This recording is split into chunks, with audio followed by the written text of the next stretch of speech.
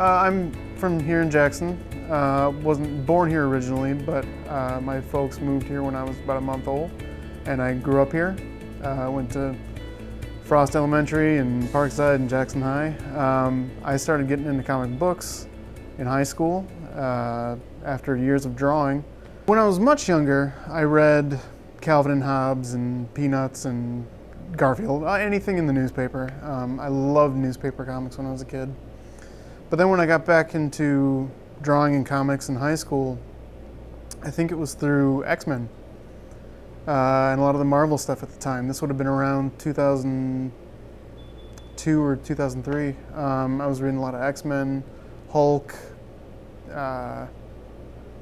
Captain America, so a lot of the Marvel superhero stuff. When I first went to college, I was going for a music degree. I'd played for a long time and was pretty involved in the music community here in Jackson. And shortly after getting to college, I realized that as much as I loved music, I didn't really want to major in it or get a degree in music. And I got back into drawing on a more regular basis. And I started working at the newspaper. I went to Central Michigan University, and I got the cartoonist job at the newspaper. So I was drawing professionally, quote unquote, 2 or 3 times a week. And when I got out of college, I thought I would like to work in newspapers. Unfortunately, this was right around the time that newspapers really started dying off. So I got the nickname Doc in middle school from Steve Bratton, which even now, looking back on it, I don't even know that it became a nickname. It's just enough people started calling me that. And I don't even know if it was supposed to be flattering. But when I got out of college and I needed a professional name, enough people screw up Evan often enough that I thought, why not use Doc? People get it right more often than they do Evan. I'd gotten married right out of college, and I took a few years. My wife was teaching. We were doing well enough to get by, and I was working at smaller publishers. I started at Oni Press and got my first real big break at Dark Horse Comics, drawing a few small one-shots here and there. You know, just enough to get by, but still technically working in the business. And I worked at a number of small publishers throughout the years. I was working freelance at both Dark Horse and Marvel, and then for a while kind of going back and forth between Marvel and DC, until about 2.5 years ago I signed exclusively with DC.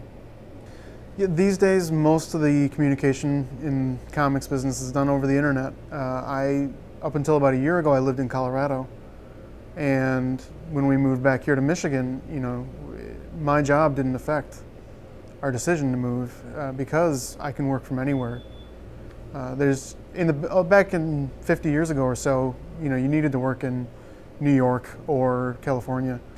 But these days, thanks to the internet, you can really live anywhere. My favorite thing to draw usually ends up being whatever I'm working on at the moment. Even if it's not something I'm that excited about going into it, I tend to find something I like, even if it's not the characters themselves, but it's something in the approach to drawing them that I really enjoy. I drew Flash Gordon for a few issues a few years ago for Dynamite, and I still look back on that book very fondly. I've had a number of great projects over the years working on Superman and Captain Marvel, which are favorites of mine, and I certainly love drawing them, but there was something about the creative team we had on Flash Gordon and the story we were telling I'm awfully fond of that book. So last year, Brian Michael Bendis, who's been at Marvel for years and years and has been a mainstay of their stable of writers and artists, he made the decision to come over to DC. And he reached out to me shortly after announcing that he was moving and said that he'd like to find something we could work on together, and asked me what I'd like to work on with him. And I mentioned that lately I'd been thinking I'd like to go back to Superman and do anything Superman related.